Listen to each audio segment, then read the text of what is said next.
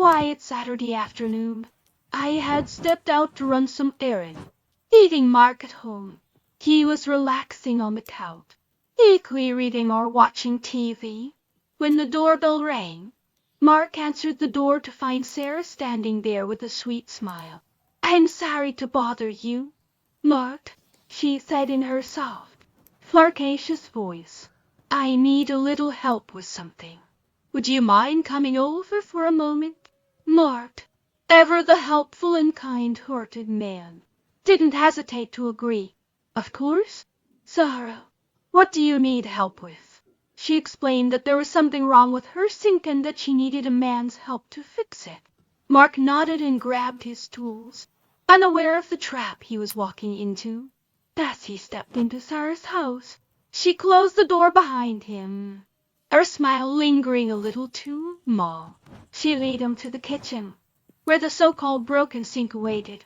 But as Mark leaned over to take a look, she stood uncomfortably close, brushing her shoulder against his arm. "Oh, Mark," she said with a light laugh, "you're so strong. I don't know how I'd manage without you."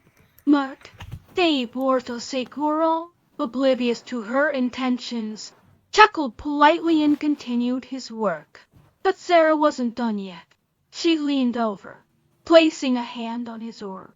"You know," she whispered, "you're such a handsome man. Your wife is so lucky to have you." Mark stiffened, realizing the situation was taking a strange turn. "Thank you, Sarah," he said, stepping back slightly. "I think I fixed the issue here." But Sarah wasn't ready to let him go. She reached out and touched his chest lightly, her eyes locking onto his. "Are you sure you don't want to stay a little longer? I could make us some cool, or maybe something stronger." Mark hesitated. He was caught off guard, unsure of how to handle the situation without being rude. Sarah took his hesitation as an invitation. She moved closer, her intentions now blatantly clear. "Sarah," Mark started, his voice firm, "this isn't appropriate. I should go." But before he could turn to leave, Sarah stepped in front of him, blocking his way. "Don't be such a good boy, Mark," she teased, her voice dripping with seduction.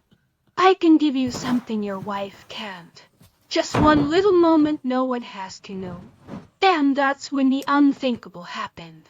Despite his initial resistance, Sarah's persistence wore him down.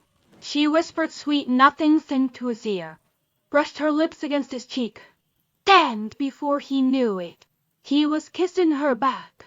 What started as a stolen kiss quickly spiraled into something far more intense. Sarah led Mark towards the living room, and from there to her bedroom.